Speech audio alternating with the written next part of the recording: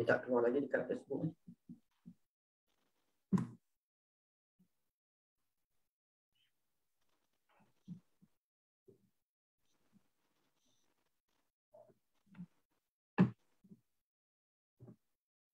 Encik Ashraf, dah boleh mula.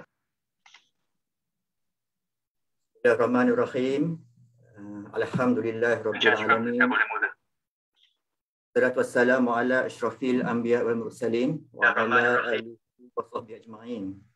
Amma ba'd. Bismillahirrahmanirrahim. Assalamualaikum dan selamat sejahtera. Selamat datang ke program Bual Bicara Anjuran Agensi Kaunseling dan Pengurusan Kredit ataupun AKPK. Terima kasih saya ucapkan kepada sidang penonton, para peserta yang mengikuti live daripada Facebook AKPK dan juga Facebook rasmi Saudara Syamsul Debat. Dan saya harap anda semua bolehlah menyaksikan program ni, sama-sama kita dapat manfaatnya, sama-sama kita memperolehi ilmu daripada majlis ilmu yang akan kita adakan pada malam ini. Baik, sebelum kita mula, pada sesi pada malam ni, saya ingin meminta agar para peserta kita dan juga para pendengar dekat luar sana akan teruslah bersama kita lebih kurang 1 jam lebih bersama kita untuk sesi program pada pagi ini, pada malam ini. Minta maaf. Baik, kita mulakan bersama-sama saya. Assalamualaikum dan selamat sejahtera. Tuan-tuan dan puan-puan. Tajuk yang akan kita kupas pada malam ni, tajuk dia pekerjaan hebat, pendapatan berkat. Macam mana kita nak kupas tajuk kita tu, dan bersama-sama kita malam ni seorang ahli panel yang cukup terkenal. Tak perlulah saya explain dengan lebih lanjut lagi biodata beliau. Tengok muka pun ramai yang dah kenal. Bersama-sama kita adalah saudara Syamsul Amri bin Haji Ismail, ataupun nama popular dia, nama glamour dia, saudara Syamsul Debat. Assalamualaikum dan selamat malam Tuan Syamsul Debat. Waalaikumsalam warahmatullahi wabarakatuh. Tuan Syamsul. So untuk pengetahuan Tuan Syamsul Debat, bersama-sama kita juga pada malam ni kita ada para pelajar daripada Kolej Yayasan Felda Jempun Negeri Sembilan. Bersama-sama kita pada hari ini. Saya seorang orang kampung Tuan Syamsul Debat semua tu kan. Bersama-sama kita, dan kita akan mendengarlah Tuan mengupas tentang topik pekerjaan hebat, pendapatan berkat. Dan sebelum tu sedikitlah profil dan juga biodata. Saya nak cerita sikit biodata Tuan Syamsul Debat. Nama penuh dia adalah Tuan Syamsul Amri bin Haji Ismail. Juga dikenali sebagai saudara Syamsul Debat. Di kalangan para peserta, di kalangan rakyat Malaysia. Saudara Syamsul Debat dilahirkan pada 3 Ogos. Tahun saya tak boleh sebutlah. Tahun tu kena tanya saudara Syamsul sendirilah tahun berapa dia lahir. Tapi sama bulan dah dengan kelahiran saya, bulan Ogos. Berasal dari Negeri Sembilan, beliau memperolehi kelayakan akademik di UiTM dalam bidang sarjana muda undang-undang. Pun macam saya juga. Banyak persamaan kita dua ni, Tuan. Lahir bulan Ogos, belajar dekat UiTM. Jadi tanpa membuang masa, Tuan, kita boleh terus ke soalan pertama. Boleh, Tuan? Boleh, silakan. Baik, soalan pertama. Tuan, dalam konteks kata-kata hebat seorang ahli pujangga. Okay. Adab dahulu baru ilmu. Orang beradab sudah pasti berilmu. Orang yang berilmu belum tentu beradab. Kita cerita pasal adab ni. Okay. Jadi kita nak minta lah Tuan Syamsul Debat untuk jelaskan nombor satunya mengenai kepentingan menjaga adab dalam pekerjaan dan apakah ciri-ciri adab-adab yang mulia yang boleh kita amalkan agar pekerjaan kita membuahkan hasil yang berkat. Silakan saudara. A'udzubillahi minasyaitonirrajim. Bismillahirrahmanirrahim. Assalamualaikum warahmatullahi wabarakatuh. Alhamdulillahirabbil alamin. Wassalatu wassalamu ala asyrafil anbiya'i wal mursalin wa ala alihi wa sahbihi ajma'in. Subhanaka la ilma lana illa ma 'allamtana innaka antal alimul hakim. Rabbi shrah li sadri wa yassir li amri wahlul 'uqdatam min lisani yafqahu qawli. Terima kasih saya ucapkan kepada Tuan Khairil Ashraf selaku pengerusi acara pada malam ini dan semua orang kampung saya yang hadir tu Alhamdulillah, terima kasih banyak kerana sudi bersama-sama pada malam ini. Walaupun dalam banyak-banyak bondo kita nak buat, ada satu bondo yang paling kita tak nak buat pada pukul 8 malam iaitu mendengar ceramah. Tapi nak buat macam mana?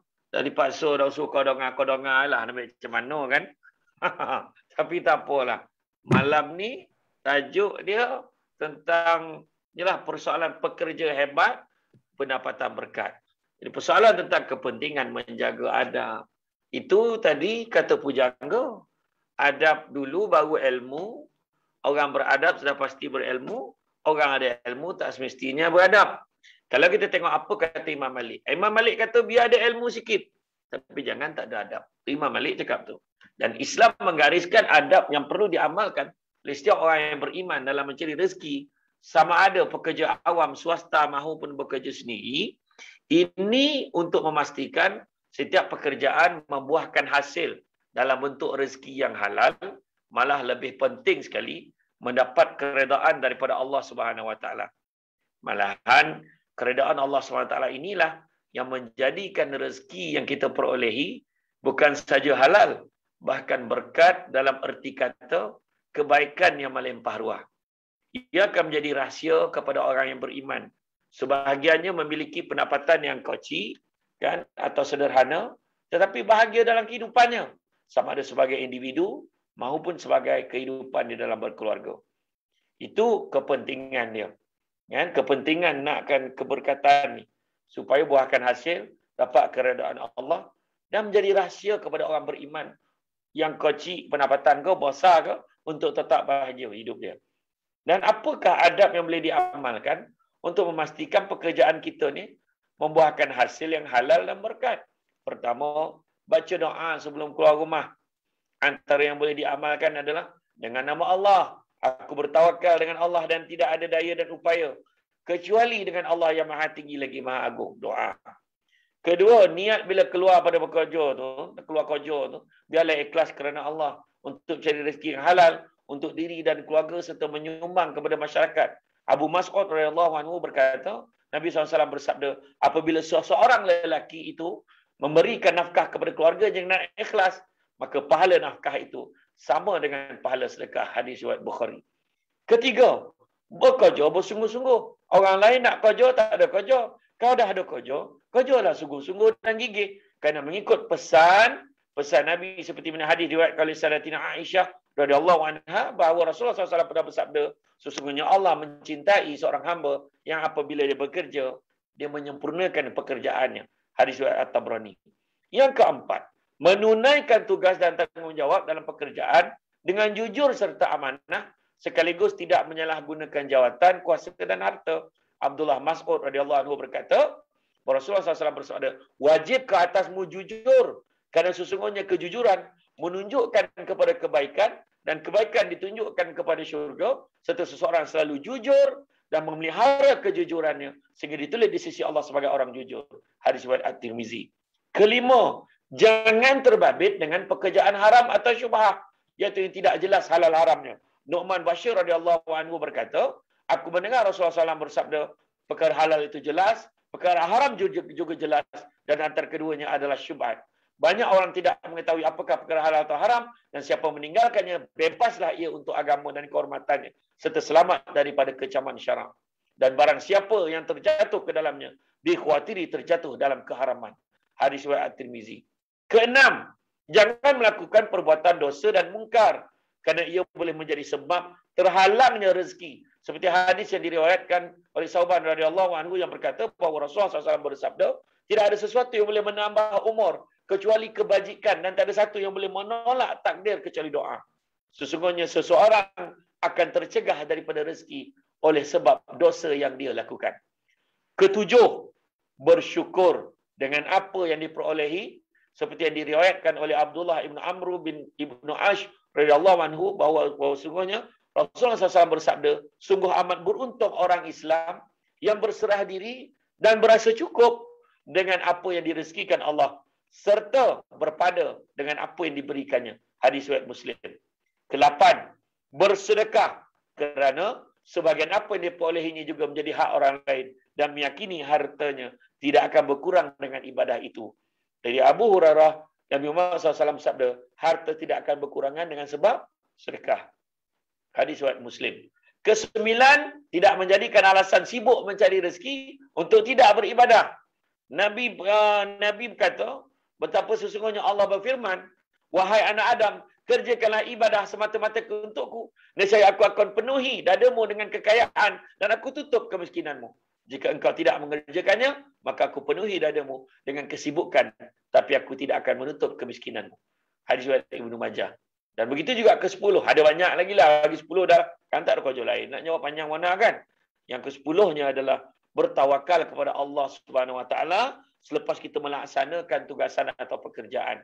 Umar Al-Khattab radhiyallahu anhu berkata, Rasulullah SAW bersabda, sungguh kalau kamu sekalian bertawakal kepada Allah dengan tawakal yang bersungguh-sungguh, nescaya kamu diberikan rezeki seperti burung diberi rezeki.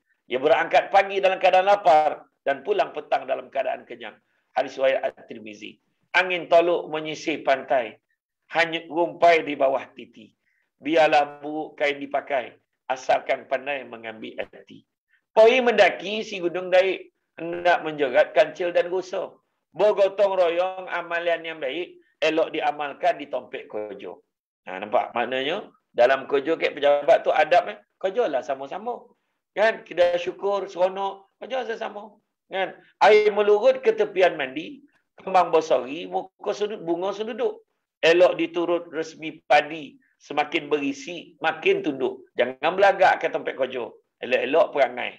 Kan? Daun sirih ulam cik dah, makan sekapur lalu mati. Walau banyak ilmu di dada, biarlah merunduk resmi padi. Wallahu a'lam.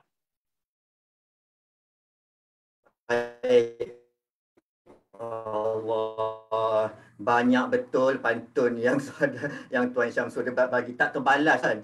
Okey. Baik. Dalam banyak-banyak poin yang Tuan Syamsul debat bagi tadi, saya tertarik dengan poin nombor 5 tadi lah yang Tuan Syamsul debat bagi tahu tadi, iaitu adab-adab mulia yang perlu kita terapkan, iaitu jangan terbabit dengan pekerjaan haram lah. Itu saya tertarik lah, kalau boleh kita semua ni golongan-golongan yang bekerja, yang ada majikan, tak kisahlah bekerja sendiri ke, yang ada bos ke apa ke, kalau boleh janganlah kita semua terbabit dalam aktiviti-aktiviti atau pekerjaan yang haram. Betul tak Tuan Syamsul? Betul. Baik. Terima kasih Tuan Syamsul. Baik, kita terus kepada soalan nombor 2 lah. Baik. Tuan, bekerja adalah ibadah dan bekerja juga untuk ibadah. Bekerja adalah ibadah dan bekerja untuk ibadah. Jadi boleh tak kalau Tuan Syamsul debat untuk kupaskan konsep ibadah, amanah dan tanggungjawab seseorang pekerja dalam melaksanakan sesuatu pekerjaan. Mohon Tuan. Dia ibadah ini sendiri berasal daripada bahasa Arab yang berarti ketaatan, penghambaan dan penyembahan, pengagungan. Menurut Ibn Taymiyah, ibadah adalah nama yang menggabungkan setiap perkara yang disukai dan diredai Allah dari jenis perkataan atau perbuatan lahir dan batin. Ibadah dalam Islam bukan terhad kepada amalan ibadah ritual semata-mata, tetapi yang kita tahu semayang, puasa, haji sebagainya, tapi merangkumi kerja-kerja kemasyarakatan sosial, mencari rezeki sehinggalah kepada mentadbir dan mengurus negara. Kerja pula merupakan kesungguhan seseorang melakukan sesuatu perkara bagi mendapatkan upah atau ganjaran. Manakala amanah pula bermaksud memenuhi dan mematuhi segala apa yang telah dipertanggungjawabkan. Konsep kerja, ibadah dan amanah adalah merupakan tugas atau tanggungjawab untuk meraih pendapatan yang dilakukan oleh seseorang untuk mencari keredaan Allah SWT. Ia berkaitan dengan apa yang boleh dan apa yang tidak boleh kita lakukan dalam bekerja. Halal dan haram, sekali lagi cerita tadi. Halal haram macam mana yang Tuan Khairul Ashraf sebut tadi. Jadi, kita kena fikir syurga neraka juga. Di antara ciri-ciri pekerja dan pekerjaan yang dianggap sebagai ibadah adalah pertamanya pekerjaan yang disertakan dengan niat mendapatkan keredaan Allah. Kedua, pekerjaan itu mestilah perbuatan yang harus atau boleh dikerjakan menurut syarak. Seterusnya, disebabkan bekerja, dia tidak meninggalkan perkara-perkara yang wajib, contohnya salat. Seterusnya, buat kerja, jangan sekadar buat aja. Kena buat sungguh-sungguh sebab Nabi kata, Allah paling suka hambanya kalau berbuat sesuatu dibuat dalam keadaan yang baik, teliti dan sempurna. Hasilkan kerja yang berkualiti. Seterusnya dilaksanakan dengan tekun, cekap dan bersungguh-sungguh. Bukannya main-main, bukan cincai-cincai. Kemudian berasaskan prinsip syariah ni yang ditanyakan tadi, iaitu amanah, adil dan bertanggungjawab. Dan hindarkanlah diri kita daripada penyakit-penyakit dalam hati, contoh riak, menunjuk-nunjuk, ingin dipuji, dan terkenal sebagai orang yang rajin, orang yang takun, orang baik, dan ingin dia sabut-sabut sebagai ahli ibadah oleh orang ramai. Suka berbangga pula dengan memberitahu kepada orang lain akan amal kebajikan yang kita dah buat. Dan hindarkanlah diri daripada merasa bangga kerana ia telah banyak berbuat kebajikan dan amal ibadah. Kita kena tak jauhkan. Islam mengajak umatnya sentiasa berusaha untuk mengamalkan budaya kerja yang cemerlang dengan bertunjangkan iman dan akhlak. Jadi bagi yang menyedari hakikat ni, maka mereka akan sentiasa berusaha tanpa jemu untuk mempertingkatkan kualiti produktiviti setiap masa. Dan kita kena sedar bahawa bekerja itu bukan sekadar tanggungjawab terhadap diri dan keluarga, masyarakat dan negara. Malah ia juga merupakan amanah daripada Allah. Berapa ramai antara kita yang sedar perkara ni? Berapa ramai komuniti pekerja yang memandang remeh mengenai kerja. Kadang bekerja tu bekerja yang macam robot lah. Pergi balik. Dia tak fikir. Benda ni juga adalah satu ibadah. Itu yang ramai yang bila bekerja dia curi tulang. Itu yang bila dia bekerja dia curi palatan pejabat untuk kepentingan peribadi. Itu yang ada bila dia bekerja. Solat kadang-kadang dia tak buat pun pada waktu kerja. Sedangkan masa yang diperuntukkan untuk solat tu, dia buat apa? Dia berbual. Dia lepak. Dia buat benda-benda yang tak elok. Jadi jangan lupa, makanlah wahai orang-orang yang beriman dari apa yang telah dikurniakan oleh Allah kepada kamu. Kan? Dari benda-benda yang halal lagi baik, dan bersyukurlah akan nikmat Allah jika benar kamu hanya menyembah Allah semata-mata. Surah An-Nahl ayat yang ke-70. Maka mari sama-sama kita muhasabah diri, tanya diri kita, istiqamah pada niat seawal melangkah keluar rumah. Kita niat bahawa sesungguhnya semua kerja yang kita buat adalah niat kerana Allah. Ada amanah yang nak aku sempurnakan, ada tanggungjawab yang aku perlu selesaikan. Mudah-mudahan setiap pergerakan kita daripada mula keluar rumah sampailah ke tempat kerja akan dikira sebagai ibadah, dan rezeki yang diterima itu penuh dengan keberkatan. Buah pelaga makan dikikir, dibawa orang dari hulu. Sebarang kerja hendaklah difikir, niatkan ibadah, pahala untukmu. Jatuh miskal ke tengah pakan, dihembus angin jatuh ke tanah. Ilmu kau ada tidak diamalkan, bagaikan pokok tidak berbuah. Tumbuh melata si pokok tabu, pergi ke pasar membeli daging. Banyak harta tak ada ilmu, bagai rumah tidak berdinding. Tulis surat di dalam galap, ayatnya banyak yang tidak kena. Jaga diri jangan tersilap. Niatkan amanah nak jaga, dapat pahala. Wallahu a'lam. Masya-Allah. Okey, terima kasih Tuan Syamsul, debat panjang lebar kupasan apa yang saya boleh salin tadi antara isi-isi yang Tuan Syamsul debat katakan tadi. Okey, konsep ibadah, amanah, macam mana kita nak amanah dalam sesuatu pekerjaan tu. Okey, ibadah ni orang kata macam Tuan Syamsul debat tadi bukanlah sekadar ritual semata-mata tadi kan.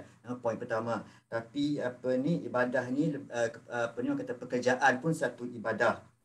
Kan, dan juga untuk mendapatkan ibadah dalam pekerjaan ni yang kena niat. Pekerjaan tu mestilah mengikut syarak, mengikut nas undang-undang kita. Jangan macam tadi yang soalan pertama tadi, janganlah buat kerja-kerja jahat. Lepas tu Tuan Syamsul debat pun ada juga sentuh tentang bersungguh-sungguh dalam kita membuat kerja dan hindarkan perasaan riak, bangga dalam diri kita. Buat kerja secara ikhlas. Itulah ibadah dalam pekerjaan yang sebenar-benarnya. Baik, Tuan Syamsul debat. Kita teruskanlah kepada soalan nombor 3 kita mengenai keharmonian dalam organisasi tempat kita bekerja tu. Okey. Jadi macam mana caranya kita nak menjaga dalam institusi pekerjaan ni, sebab bila kita bekerja kan kita akan berjumpa dengan rakan sekerja kita, orang yang sama, kita bekerja dengan orang yang sama bertahun-tahun, mungkin lebih 10 tahun kan. Macam mana cara untuk kita mengekalkan keharmonian dan macam mana untuk kita menjaga keharmonian dalam organisasi antara pekerja sesama pekerja dan juga antara pekerja sesama majikan. Silakan Tuan. Sebenarnya Islam telah menghubungkan majikan dan pekerja dengan satu bentuk ikatan persaudaraan dan persahabatan ataupun silaturahim. Justru adalah menjadi kewajipan setiap majikan dan pekerjanya menjaga dan memelihara perhubungan antara mereka dalam organisasi tanpa mengira pangkat dan kedudukan. Lantaran itu, dalam menjaga hubungan kedua-duanya, Islam menggalakkan supaya individu dalam organisasi itu mempunyai sikap bantu-membantu. Namun persoalannya, sejauh mana kehamalan tolong-menolong atau bantu-membantu ini di dalam organisasi ditekankan. Sebenarnya tanpa kewujudan semangat kerjasama, jadi sesebuah organisasi itu takkan dapat beroperasi dengan sempurna. Aku bos, kau orang bawah, kau ikutlah cakap aku. Tak dapat macam tu dah. Dia kena sama-sama. Dan jadi pekerja akan hormat majikan, majikan pun mudah nak meminta tolong dengan pekerja. Namun begitu, jika wujud kesedaran dalam diri setiap anggota organisasi, maka apa yang dilihat perjalanan organisasi itu akan jadi lebih lancar dan tersusun. Dan di sinilah semua pekerja perlu sedar bahawa peranan tugas berat perlu dipikul bersama, seperti yang selalulah saudara Khairil Ashab sebut tu kan, borek sama dipikul, gengan sama dijinjing. Begitulah juga hasil yang hendaklah dikecapi bersama. Walau bagaimanapun tak wajar kiranya beberapa orang pekerja yang membuat satu pekerjaan itu, tapi yang dapat nama atau pengiktirafan dari majikan hanya seorang saja. Ini yang jadi masalah banyak. Yang bos ni sayang yang kek sekor tu. Yang lain tu tak. Itu salah tu. Jadi kalau boleh, biar semua pekerja yang terlibat perlu mendapat pengiktirafan bersama dalam meningkatkan lagi motivasi diri pekerja. Begitupun kalau kita tengok, begitu juga dalam organisasi, dalam memajukan diri dan juga menjaga hubungan baik antara individu di dalamnya, setiap ahli perlu pada melaksanakan tugas dengan ikhlas dan jujur. Kerana dalam melaksanakan tugas yang diamanahkan, setiap pekerja perlu melakukan dengan bersungguh-sungguh, itqan. Melaksanakan kerja bukan sekadar menyudahkan kerja. Macam ibarat melepaskan batuk di tangga. Tapi buat kerja ni bukan setakat lepas tangan, tapi buat sungguh-sungguh dan menggunakan segala kepakaran dan kebolehan yang ada. Dan sesungguhnya semangat kerja keras ni bukan semata-mata sekadar berlakon ketika di hadapan ketua aja, tapi perlu dilakukan dengan bersungguh-sungguh walaupun tidak ada pemantauan dari ketua dan majikan, kerana kita yakin Allah nampak kita. Dalam Islam konsep ini dinamakan ihsan. Konsep ihsan menjelaskan bahawa setiap kerja dilakukan atas dasar tanggungjawab, seolah-olah kita nampak Allah, dan kalau pun kita tak nampak Allah, kita yakin yang Allah nampak kita. Konsep ini juga digambarkan oleh Rasulullah SAW dalam hadis yang seperti mana yang kita beribadah kepada Allah. Sebagaimana kita tak dapat melihat Allah, sesungguhnya Allah melihat kita. Begitulah konsep ihsan perlu ditanam dalam jiwa pekerja. Konsep ini perlu dilakukan dan dilaksanakan dengan kesedaran yang mendalam bahawa kita sentiasa diperhatikan dan tak ada sesuatu pun yang boleh disembunyikan. Penghayatan konsep ihsan oleh setiap ahli organisasi atau staf akan dapat memastikan hubungan antara mereka berjalan dengan baik tanpa wujud perasaan dengki atau khianat antara satu sama lain. Selain daripada itu, unsur saling hormat menghormati antara majikan dan pekerja serta pekerja sesama pekerja akan mampu menjaga hubungan baik sesama mereka. Sikap ini apabila diterapkan dalam organisasi akan mampu mewujudkan hubungan sosial yang baik dan juga dapat memastikan setiap kegiatan organisasi berjalan lancar. Sebagai contohlah, kalau majikan tu menghormati dan mengenali pekerja dengan lebih dekat, tentu persefahaman antara mereka dapat ditingkatkan. Sikap hormat menghormati yang tinggi akan menjadi sumber keselesaan, baik dari segi persefahaman dan keseronokan bekerja antara majikan dan pekerja dalam menjalankan tugas. Persefahaman yang wujud antara pekerja ini akan dapat membantu sekiranya kerja itu memerlukan penglibatan secara berkumpulan. Tapi sebaliknya, kalau majikan tak hormat pekerja di bawah seliaannya, maka operasi organisasi ini akan terjejas akibat perasaan tak puas hati, perasaan tak hormat, dan akhirnya mula timbul masalah dalam melaksanakan sesuatu tugasan. Di samping itu, kebebasan hak bersuara juga dilihat mampu untuk memelihara hubungan yang baik antara majikan dan pekerja. Apabila hak bersuara diberikan kepada pekerja, kesannya mereka lebih berfikiran terbuka untuk menerima pandangan, kritikan dan idea-idea baru yang disampaikan, terutamanya dalam menyelesaikan pelbagai masalah demi kebaikan organisasi. Mereka yang tidak rasa diperlekehkan, walaupun tidak semua idea atau pandangan yang dibukakan diterima, maka inilah suasana yang kita nak. Ni kan cadang kena tolak, cara tolak. Dia ni memang tak nak dengar pendapat kita. Tak, kita bagi, kita open. Budaya berbincang, budaya berunding, memberi nasihat, berterus terang, perlu ada dalam menyelesaikan masalah yang timbul. Oleh itu, perbincangan secara terbuka dan berhemah penting untuk mengatasi sebarang kesulitan. Budaya inilah sebenarnya yang diamalkan ketika zaman Rasulullah SAW menerusi amalan syura atau musyawarah. Pada ketika itu Rasulullah dapat menerima pandangan para sahabat, sedangkan baginda adalah merupakan penghulu kepada Rasul. Nabi disanjung oleh umat manusia. Namun mengapa hari ini masih terdapat majikan yang masih lagi bersikap terlalu ego dan sombong untuk sekurang-kurangnya mendengar pandangan orang lain maupun para pekerjanya. Di sinilah menunjukkan kepada kita bahawa jawatan dan kedudukan yang dipegang setinggi manapun ia tidak boleh menjadikan individu tersebut kebal dengan sebarang teguran maupun pandangan. Lebih-lebih lagi kita ni manusia yang tidak maksum. Kita buat salah. Dalam organisasi kita, kita memerlukan bantuan dari sahabat-sahabat lain untuk menampung segala kekurangan. Kalau tidak bersetuju dengan pandangan tu, maka lebih baik menggunakan bangkangan yang lebih lembut dan berhikmah. Jika kita salah membangkang, barangkali kerenggangan akan berlaku antara individu akan timbul.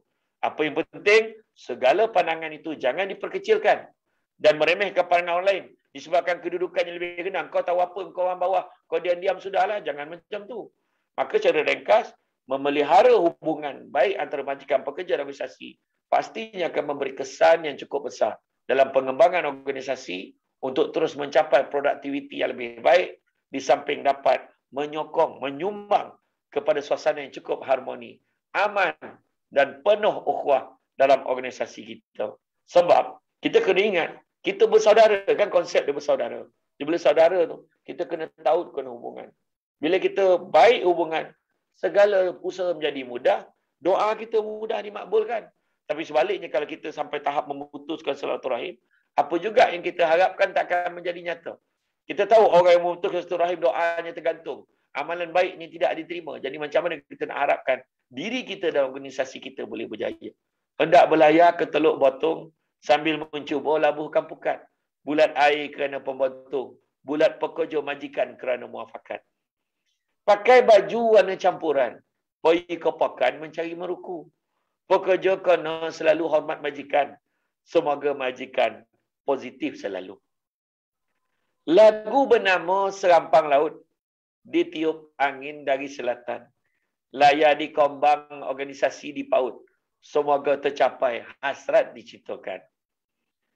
Padi segumpal kopuk di hulu. Sirih di hilir merakap junjungan.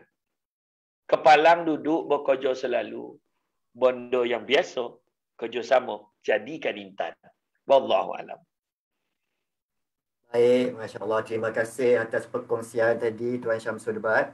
Apa yang saya boleh rumuskan daripada poin-poin yang Tuan Syamsul bagi tadi dalam menerapkan keharmonian dalam organisasi adalah nombor satu, saya rasa komunikasi lah. Dan komunikasi yang penting lah. Komunikasi di antara rakan sekerja kita dan juga komunikasi antara pekerja dan juga majikan. Atas ke bawah, bawah ke atas kan. Dan juga sama-sama level, komunikasi yang penting. Dan juga saya rasa satu lagi yang selalu Tuan sebut tadi adalah toleransi. Sikap toleransi yang perlu diterapkan di antara para pekerja, sama para pekerja dan juga majikan. Betul tak Tuan Syamsul? Betul, tepat sekali. Okey, baik. Kan? Kita teruskanlah kepada soalan seterusnya pula Tuan. Ini kita masuk bab integriti pula. Integriti diri.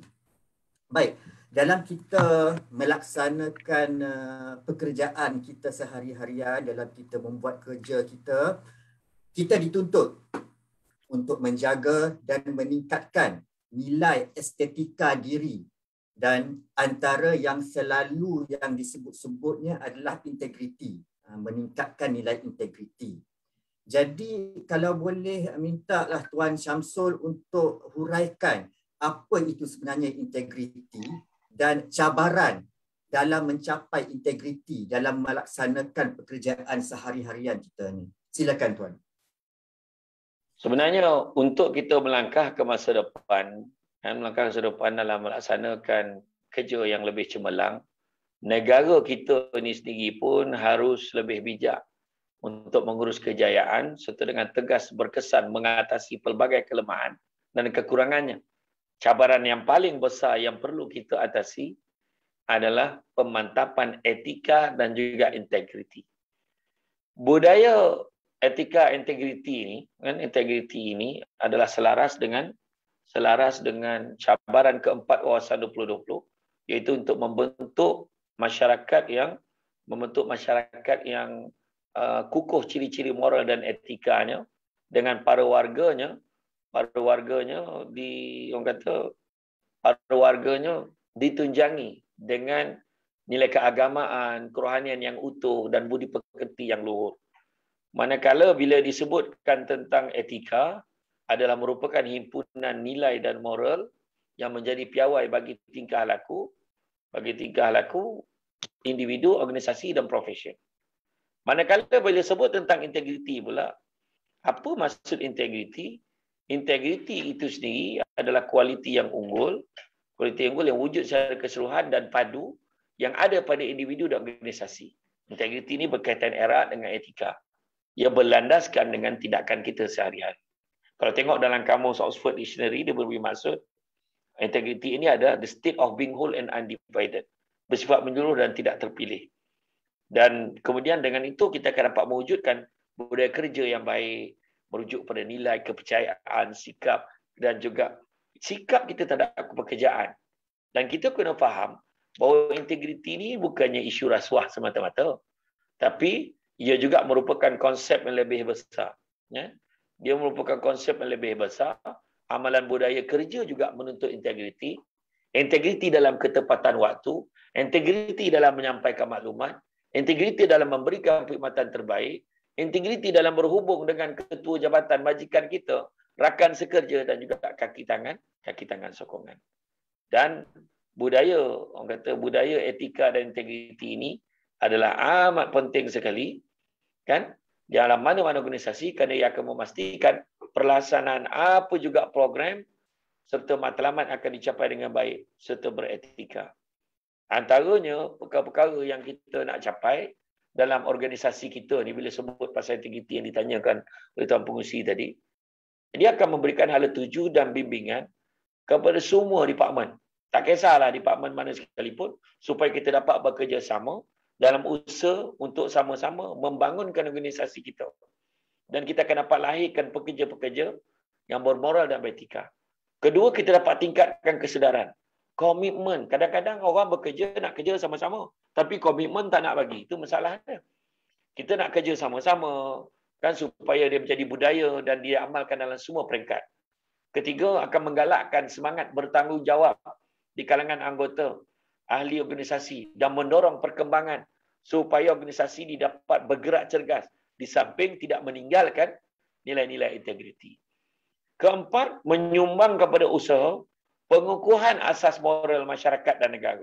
Dan bila kita jaga diri kita, jaga integriti kita, insya-Allah kita dapat meningkatkan kesejahteraan hidup ahli-ahli organisasi. Kemudian meningkatkan daya saing. Yalah, sebab tak ada unsur-unsur rasuah, tak ada unsur-unsur tak baik, jadi dapatlah meningkatkan. Kalau tak, kita akan sibuklah orang tu je naik, orang ni je apa. Hak orang semua habis dikobeh kan, sebab tak ada integriti. Dan begitu juga dapat mempertingkatkan daya saing dan daya tahan negara kita dalam usaha menangani cabaran abad ke-21, khususnya cabaran globalisasi, dasar langit terbuka dan dunia tanpa sepadan. Dan bagi membentuk budaya kerja yang baik dan hebat, maka warga kerja harus bergerak dengan landasan yang betul. Elakkan benda-benda tak baik. Bila benda tak baik, macam mana organisasi kita nak maju ke depan? Kita akan ketinggalan. Akan banyak masalah. Kedua, kena bagi komitmen. Semua orang, jangan, aku ni pekerja biasa je. Tak apalah, aku tak kerja pun tak apa. Alah, biar dia buat semua. Janji settle. Tak boleh. Semua lapisan warga kerja kena bagi komitmen bagi meningkatkan kecemerlangan organisasi. Ketiga, kerja-kerja yang nak dilaksanakan mesti sepenuh hati. Dan ketepikan segala kepentingan yang lain, khususnya kepentingan peribadi. Dan sesebuah organisasi kena ada apa? Mindset berorientasikan kecemerlangan organisasi. Ini tak, dia buat ni, alah aku tak dapat apa pun, buat apa aku nak buat? Tak boleh macam tu. Kita kena letakkan, ini ada. Yang pentingnya adalah untuk kecemerlangan organisasi. Kemudian sentiasa menggalakkan warga kerja menghayati serta mempraktikkan amalan-amalan murni di dalam organisasi kita. Tuan-tuan dan puan-puan rahmati Allah sekalian, dengan adanya nilai-nilai estetika tadi yang ditanyakan tadi, integriti, budaya kerja yang unggul dan cemerlang, sudah tentunya dapat menjadi asas kepada peningkatan dan kualiti produktiviti sebuah organisasi. Pembentukan budaya kerja berkualiti hanya akan tercapai kalau semua ahli mempraktikkan etika kerja dan sifat integriti yang menyeluruh dan positif. Mempelai sejoli atas pesada, uda dan dara berhias indah. Nilai integriti sematkan di dada, walau di mana kaki melangkah. Berkain songket cantik berdandan, wajah berseri si gadis desa. Andai kejujuran jadi pakaian, kemana juga pergi dipandang mata. Bersanggul tinggi raja sehari, atas pelamin duduk menyebelah, jujur dan ikhlas, pendinding diri, akhlak terjaga, pribadi terserlah. Duduk berdua atas kerusi, kerusi pengantin, berikat rotan. Kalau tengok Nabi Muhammad jadi inspirasi, dan sampai ke hari ini jadi sebutan. Wallahu alam. Masya-Allah, terima kasih. Satu kupasan yang sangat detail lah bagi saya daripada Tuan Syamsul Debat mengenai integriti. Dan apa yang saya suka tadi, poin yang saya suka recap pasal integriti tadi. Tuan Syamsul Debat kata tadi masa mula-mula Tuan Syamsul Debat bagi jawapan pasal integriti. Integriti ni bukan hanya sekadar rasuah kan, kata duit bawah-bawah deja dah apa kan, bukan. Tapi integriti ni juga meliputi yang kata ketepatan masa kita datang ke office kan, jujur pada diri sendiri kan. Kalau kita kata nak time off, nak pergi solat, pergilah solat, janganlah orang kata mengular dekat tempat lain kan. Orang kata tidak menzalimi waktu kita tu. Itu saya suka tuan. Right. Baiklah tuan. Soalan seterusnya lah. Soalan ni orang kata apa, kita nak sentuh sikit kita punya hati kita. Hati dalaman kita ni. Jadi sabda Rasulullah sallallahu alaihi wasallam dalam riwayat hadis Bukhari Muslim yang berbunyi, sesungguhnya dalam jasad manusia tu ada seketul daging. Jika ia baik, maka baiklah seluruh jasadnya. Tapi jika ia buruk, maka buruklah seluruh jasadnya. Jadi apa yang dimaksudkan dengan seketul daging tu adalah hati kita. Jadi apa yang cakap dekat situ, kalau hati kita baik, maka baiklah kita. Kalau hati itu buruk, maka buruklah kita. Jadi kita nak minta Tuan Syamsul Debat untuk ulas sikitlah. Sebab sekarang ni kan dari segi ekonomi, emosi dan hubungan sosial ni agak terkesan akibat pandemik. Kita nak relatekan dengan pandemik kita sekarang ni. Ramai yang terkesan daripada segi ekonomi, emosi dan hubungan sosial. Jadi apakah saranan Tuan Syamsul Debat untuk kita selalu berpesan kepada hati kita ni, agar sentiasa bersangka baik dan juga berlapang dada dalam mengharumi zaman sukar ni, dan menganggap bahawa pandemik ni adalah satu qadar kepada Allah SWT. Silakan Tuan. Dalam satu hadis qudsi, Nabi ada menyebut yang Allah Ta'ala memberitahu sesungguhnya aku ini sentiasa berada pada sangkaan hamba. Jadi Allah suruh kita sangka baik dengan Allah Ta'ala. Kalau kita sangka tu bala, memang bala lah. Kalau kita sangkakan benda tu benda baik, maka benda baik lah. Itu sebabnya kita kena faham. Langit, bumi, bintang, bulan, sungai, laut, semualah. Semua yang ada ke alam ni, Allah Ta'ala tak jadikan sia-sia. Termasuk wabak COVID-19.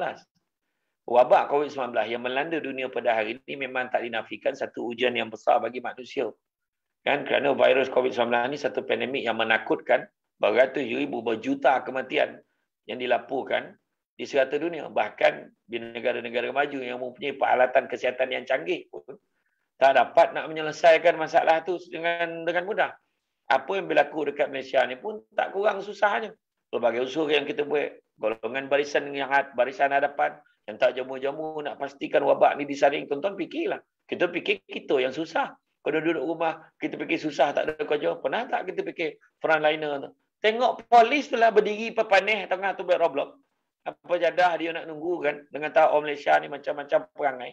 Tapi, pernah tak kita fikir dia orang pun susah. Jadi, seluruh sistem kehidupan manusia berubah secara mendadak daripada aspek keagamaan, sosial yang ditanyakan tadi, ekonomi, masalah, hubungan dalam dan luar negara, masalah, budaya, nak bercuti pun tak dapat. Saya patut tahun lepas pergi ceramah di Australia, batal. Kan? Untuk kali kedua lah patut pergi untuk repeat balik kuliah. Tak dapat pergi. Saya pun sepatutnya pergi ke beberapa negara, umrah pun tak dapat pergi. Berapa tahun? Haji patut pergi tahun lepas pun tak dapat pergi. Tahun ni pun tak dapat pergi. Kan? Tapi sebagai umat Islam, kita kena ambil pengajaran dan hikmah daripada musibah. Dalam kata lain, setiap laku dalam kehidupan bagi orang beriman, syarat dengan hikmah dan bukan sia-sia kena fikir. Amat merugikan kalau kita hanya beranggapan bahawa COVID ni adalah jangkitan penyakit semata-mata. Bahkan lebih utama, kita kena fikir Allah memperlihatkan kepada manusia bahawa Allah lah yang mempunyai kuasa untuk menghidupkan sesuatu. Allah boleh mencipta, Allah boleh mematikan, dan Allah boleh melenyapkan. Manusia pula berusaha sedaya upaya buat apa juga sekalipun untuk mengelak daripada wabak ni, tapi sebenarnya kita sangat lemah. Kita sangat tidak berupaya. Melainkan berusaha sajalah secara berterusan untuk mengelak pada wabak ini dan memohon doa kepada Allah. Kesabaran inilah yang kita kena ada. Nak buat macam mana? Allah nak bagi tahu kita ni lemah. Yang maha kuat Allah, yang maha kuasa Allah. Jadi menurut pandangan ulama Islam, sabar ni pertama menahan diri daripada perasaan gelisah, tidak tenteram dan berfikir perkara yang bukan-bukan yang boleh membawa kepada stres dan konflik emosi yang ditanyakan tadi. Kedua, menahan lidah daripada mengeluh, memaki, mencaci, berkata satu benda yang tak berfaedah. Yang ketiga, tahan diri kita daripada tindakan menampar pipi, mengoyak pakaian, terajun bangunan, macam-macam naik bendera putih lah apa. Kan benda-benda yang sebenarnya menjatuhkan maruah dan diri kita sendiri. Dalam konteks semasa, sabar ni bererti menahan diri kita daripada melakukan sesuatu yang boleh merosakkan diri kita dari sudut mental, fizikal, perkataan dan tindakan, atau juga melakukan perkara-perkara yang sewajarnya, kan? Yang tidak sewajarnya, yang sebaliknya sepatutnya kita mempertahankan diri kita supaya terus ingat kepada Allah. Dengan ujian COVID-19, patutnya bukan kita jauh daripada Allah, lagi dekat kepada Allah. Malahan ketika berbicara tentang sabar, 3 keadaan sabar. Sabar untuk taat perintah Allah, sabar untuk meninggalkan larangan Allah, dan ketiga, sabar dengan ujian dan dugaan yang Allah bagi. Termasuklah COVID-19 ni. Sabarlah terima ketentuan takdir yang berhubungan penderitaan ataupun kesulitan, terutamanya ujian sakit, kemiskin, lapar, kehilangan orang tersayang dan sebagainya. Sabar tempuh ujian yang mendatang adalah satu ibadah yang sangat mulia dan dianggap penting. Tak percaya rujuk dalam surah Al-Insan ayat yang ke-12. Ini kerana apa? Tanpa persediaan dan pemahaman akidah yang betul, boleh menjerumuskan umat Islam kepada kealpaan ataupun jatuh kufur. Kan? Sebagai contohlah, kan? Sebagai contoh, Khairul Ashraf bukan nama sebenar. Kan? Diuji dengan kematian ahli keluarga yang mengidap virus COVID-19. Oleh kerana ujian ini sangat mencabar dan menuntun hati, maka Khairul Ashraf tadi tak dapat terima ketentuan Allah dan mula mempertikaikan takdir. Maka perbuatan ini tidak seharusnya berlaku jika dia faham tentang takdir dan beriman dengan qada dan qadar. Setiap yang berlaku berada dalam ilmu Allah, iradahnya dan kekuasaannya. Maka sebagai hamba, kita tak boleh rasa ujian yang datang itu sebagai musibah semata-mata.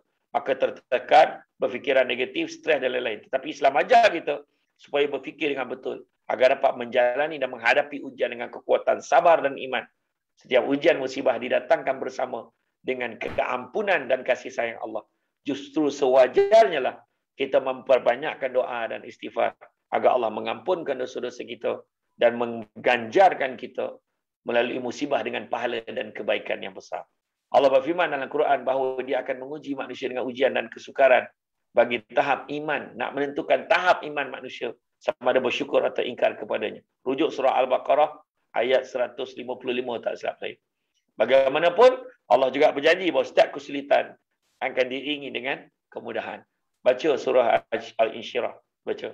Fa'inna ma'al usri yusra, inna ma'al usri yusra. Ini menunjukkan kesenangan maupun kesukaran dihadapi oleh manusia adalah bersifat sementara dan tidak akan kekal selama-lamanya. Seseorang tidak akan dirundung malang sentiasa. Ibarat kata pepatah, langit tak selalunya mendung, langit tak selalunya corah. Ada masa kita di atas, ada masa kita di bawah. Jangan mungut. Mungut kerja. Sekolah tutup marah, sekolah buka marah. Tak tahu apa benda yang kau nak pun tak tahu. Kan? Bagi buka kilang marah, tutup kilang pun marah. Apa benda nak je. Kan? Jadi itu sebab kita kena belajar. Kan? Kena belajar. Anak buruk kek topi pantai. Pandai melompek, pandai berlari. Biar buruk kain dipakai. Asal hidup pandai berbudi. Kalau ada lah kupi pahit, jatuh jaun ke colah lalang. Adat dunia memang begitu. Kerana budi omeh dibuang. Ada je ujian datang kayak gitu. Kadang-kadang kan, sabarlah banyak-banyak. Burung kau didiri sambar halang. Bawa naik ke pokok tinggi. Hati budi mana nak hilang. Sudah merasap ke dalam hati. Ayam ditambik, pisau diasah. Rompah ratu sudah sedia. Hujan lobek, bumi tak basah.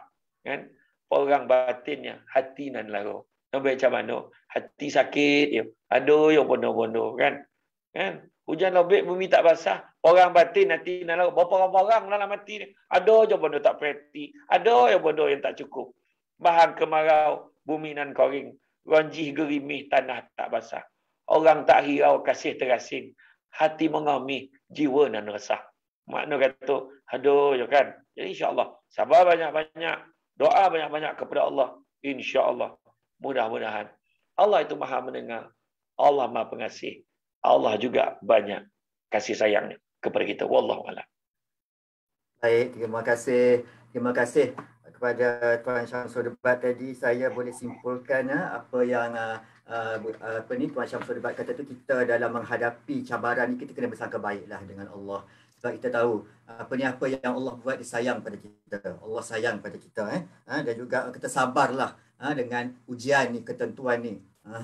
Kan, insya-Allah lah wabak pandemik ni akan berakhir. Baik Tuan, kita dah nak ke akhir program kita dan habis dah. Cuma ada satu soalan lagi saya nak minta lah. Soalan ni diminta sebab kita ada para pelajar, macam saya cakap tadi, bersama-sama kita ada para pelajar Kolej Yayasan Felda. Mereka ni baru nak start bekerja, Tuan. Kan baru dia nak start bekerja. Jadi kita nak minta tips sikit lah daripada Tuan. Macam mana kita nak nasihatkan pekerja-pekerja, lebih-lebih lagi orang yang baru nak masuk alam pekerjaan ni, pesanan dan juga nasihat kepada mereka dalam mengharungi dunia pekerjaan, dan juga mana satu yang betul, kerja untuk hidup ataupun hidup untuk kerja. Tu dia Tuan. Last soalan Tuan. Mungkin boleh Tuan boleh berani sikit. Kerja untuk hidup, hidup untuk kerja, dua-dua betul. Sebab memang Nabi dah kata, kalau bekerjalah kamu seolah-olah kamu akan hidup 1000 tahun. Beramallah kamu seolah-olah kamu akan mati esok. Jadi tak ada masalah pun selagi mana kita buat kerja ni, kita niat kerana Allah. Dalam surah An-Nisa ayat 100, Allah Ta'ala beritahu, wa may yuhajir fi sabilillah yajid fil ard muraghaman katsiran wasi'an. Barang siapa yang berhijrah, buat sesuatu perubahan dirinya kerana Allah, maka dia akan mendapati bumi Allah ni tempat hijrah yang luas dan rezeki yang banyak. Itu yang pertama. Yang kedua, sebagai orang yang baru mula bekerja, Satu je, saya nak bagi contoh. Ni bukan cerita politik. Saya nak cakap awal-awal, ni bukan cerita politik. Kita tengok dalam parlimen, orang tu bergaduh. Tak kira lah parti mana pun. Bergaduh. Bercakap, orang ni cakap, tak tahu siapa mana nak bercakap. Kemudian kita tengok dekat sekolah, anak-anak murid tak hormat guru. Kita tengok bagaimana hari ni, anak-anak tak hormat pada orang tua. Kita tengok bagaimana jiran dengan jiran tak ada perasaan hormat satu dengan yang lain. Tadi baru soalan, cerita pekerja dengan majikan pun tak hormat.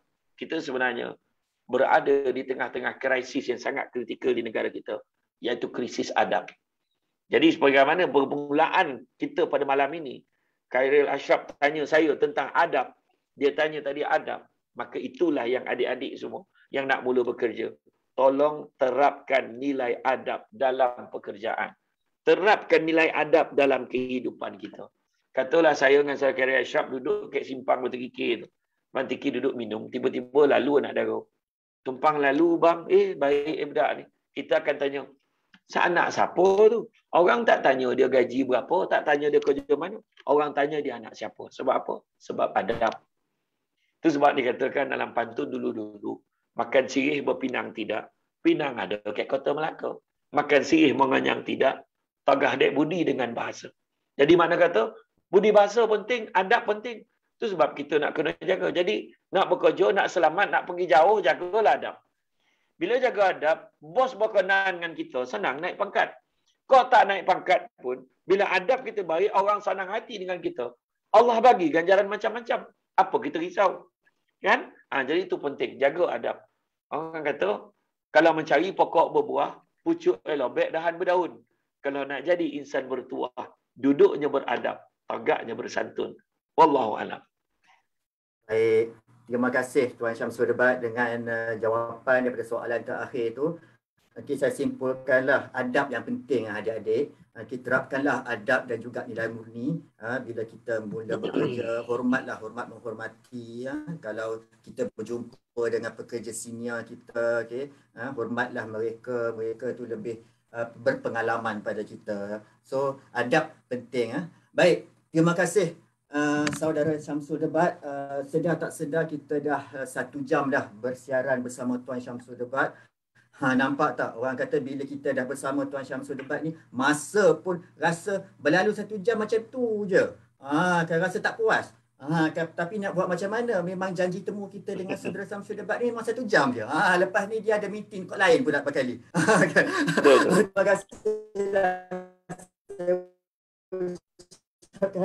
Terima kasih saya ucapkan kepada Tuan Syamsul Debat sudilah pada hari ini bersama-sama dengan AKPK dan juga para serta dan juga seluruh rakyat Malaysia yang mendengar menerusi sesi live Facebook AKPK dan juga dipancarkan live Facebook dekat page rasmi saudara Syamsul Debat sendiri. Saya harap agar mereka-mereka yang mendengar ni sama-sama mendapat manfaatnya dan berkongsilah kita ilmu ni kepada mereka dekat luar sana, mereka yang tak dengar majlis ilmu ni, berkongsilah kepada mereka agar sama-sama mendapat manfaatnya. Baik, Tuan Syamsul Debat minta maaf, memang saya tak pandai nak berpantun. Memang tak pandai nak berpantun. Tak reti nak membalas pantun. Lain kali kita membalas pantun pula Tuan Syamsul Debat ya. Okey. Jadi baik, pada penutupnya saya meminta maaf kalau ada terkasar bahasa, terguris rasa daripada pihak AKPK kepada saudara Syamsul Debat. Kalau terguris rasa, okey, yang baik datang daripada Allah Subhanahu Wa Taala, yang buruk datang daripada pihak kami sendiri. Harap-harap agar ukhuwah kita ni berpanjangan. Okey, bolehlah kita menjemput saudara Syamsul Debat sekali lagi bila-bila masa lah kalau Tuan Syamsul Debat free. Okey, AKPK nak jemput lagi boleh ke Tuan? Boleh ke? Okay. Nak jemput Tuan lah bila-bila. InsyaAllah ya. Okey, boleh. Okey, baik. Jadi terima kasihlah saya ucapkan kepada Tuan Syamsul Debat dan selesailah sudah majlis ilmu kita pada hari ini. Semoga kita berjumpa lagi. Okay, Assalamualaikum warahmatullahi wabarakatuh dan bye-bye. Selamat. Terima kasih semua. Terima kasih.